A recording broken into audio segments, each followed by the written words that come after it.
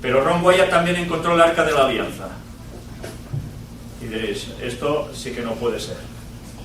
Pues sí puede ser.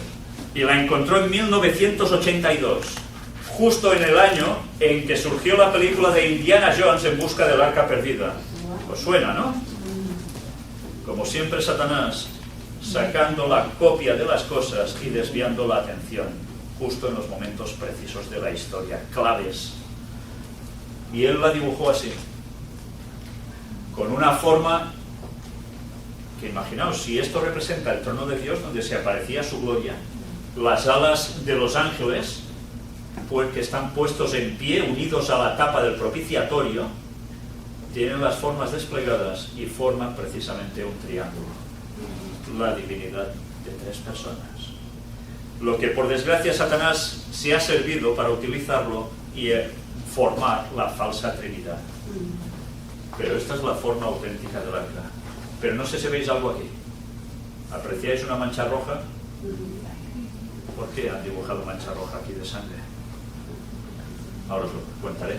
Aquí tenéis a Ron Wyatt en el lugar donde estaba excavando para el Arca de la Alianza. El proceso de cómo la encontró es impresionante. Él volvía del Mar Rojo y se quemó en el Mar Rojo. Él creía que no se quemaría buceando, encontrando todas las ruedas de los carros de Faraón, y va a Jerusalén a recuperarse. Y mientras está en un lugar, conoce a alguien de las autoridades judías y le empieza a hablar de lo que ha ido hallando. Y dice que mientras va andando, de repente se le levanta el brazo y él dice, allí está el arca. Y el otro dice, pues vamos a hacer todo lo posible, a propiciarle todo para que usted pueda acabar allí. Y él dijo, yo no quería decir esto. Yo tampoco. Y empezaron a acabar. Él empezó a acabar. Fueron también sus hijos, los cuales tuve el placer de entrevistar a uno de ellos y a la hija. Y mirad cómo iba acabando. En vertical, hacia abajo, por unos lugares inhóspitos, agujeros que ya veis cómo tenía que pasar. Allí cayeron enfermos sus dos hijos y él, con grandes fiebres.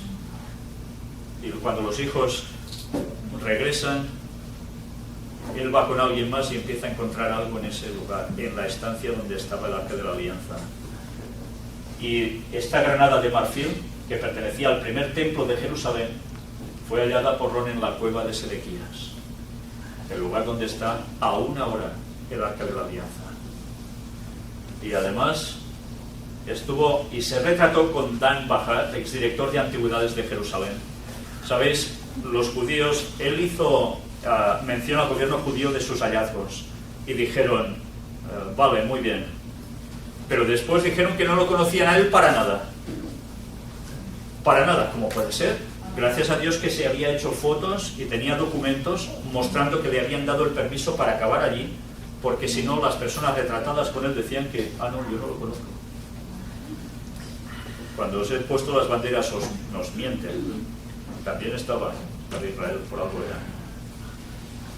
Y en fin, hay toda una historia aquí al respecto sobre los textos bíblicos del Arca de la Alianza. Y hay más que voy a deciros ahora si tengo tiempo. El monte Gólgota o de la Calavera, él también estuvo en ese lugar. No es donde la Iglesia Católica nos dice, como siempre nos desvían del objetivo. Y no lo halló él, ya lo había hallado antes otra persona, ingleses, que eran los que dominaban el lugar hace años. Aquí lo tenéis. ¿Por qué se llama el monte Gólgota o de la Calavera? Por esto. ¿Lo veis? Calavera. Y aquí es donde Cristo fue crucificado. Y aquí es donde Ron Wyatt y su hijo estaban cavando. ¿Y sabéis qué es esto? La piedra cuadrada que cubría el agujero donde fue puesta la cruz de Cristo. Una piedra cuadrada, excavado ese agujero con 60 centímetros de profundidad. Cuando Cristo fue clavado, corrieron la cruz hasta hacerla encajar en el agujero. ¿Os imagináis lo que eso causaría dolor estando clavado? ¡Qué desgarros! Jesús soportando eso por nosotros. Ron encontró ese lugar y la piedra está en su posesión. Pero mirad, os he dicho 60 centímetros.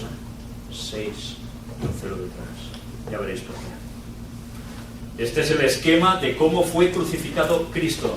Detrás habían lugares donde se ponían las inscripciones talladas en la roca de quiénes eran los que estaban allí clavados. Pero no sé si veis algo. Si aquí veis el monte de Calvario y la crucifixión aquí, esto sería el suelo. Y mirad el subsuelo. Debajo, precisamente, de la cruz, es el lugar donde está el Arca de la Alianza. Cuando hubo la destrucción del templo, recordad que Ellen White dice que piadosos, sacerdotes piadosos, cogen el arca y se la llevan a una cueva donde aún permanece hasta nuestros días, dice Ellen White.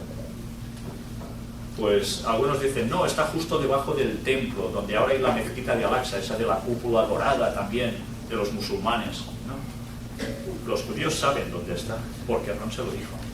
Y la intentaron sacar de allí. Cuando Ron les dijo, está en este lugar, le dijeron, vale, majo, pues te vas para casa. Y se fue a su casa a Estados Unidos.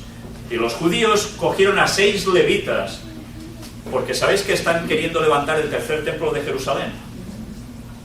Si no entendemos eso, si no sabemos eso, no entendemos el porqué del panorama de guerras en Oriente Medio. No solo es petróleo, hay mucho más detrás de eso. Pues quisieron coger a estos 6 levitas y que entraran a sacar el arca. Ellos están adiestrando desde hace años, ya veis, esto era el año 82, a hacer sacrificios otra vez, porque quieren levantar ese templo. Entraron los 6 levitas, pero no salieron. Y cuando Ron precisamente llega en esos momentos, dice a las autoridades, ¿os puedo ayudar en algo? Dice, hombre, mira, pues sí, entra adentro y mira a ver qué pasa, porque si aquí no hay quien quiera entrar. Y entró. Y tuvo que sacar atados uno por uno a los levitas, no vivos, fulminados, muertos, ojos en blanco, y con el análisis forense, hematoma cerebral todos. Y no de impacto de darle no, de un impacto muy fuerte visual que los tuvo. ¿Sabéis esto que es una historia que parece un cuento que no se cree nadie? Tuve, yo creo que el privilegio, gracias a Dios, de comprobar que es un relato cierto. Y si queréis que os diga cómo fue en otro momento será porque el tiempo se me viene encima. Pero solo os digo que eso es totalmente cierto y lo he podido comprobar. Y algunas personas se han jugado la vida para comprobarlo. Y los problemas que han tenido no son pocos. Pero eso es una realidad.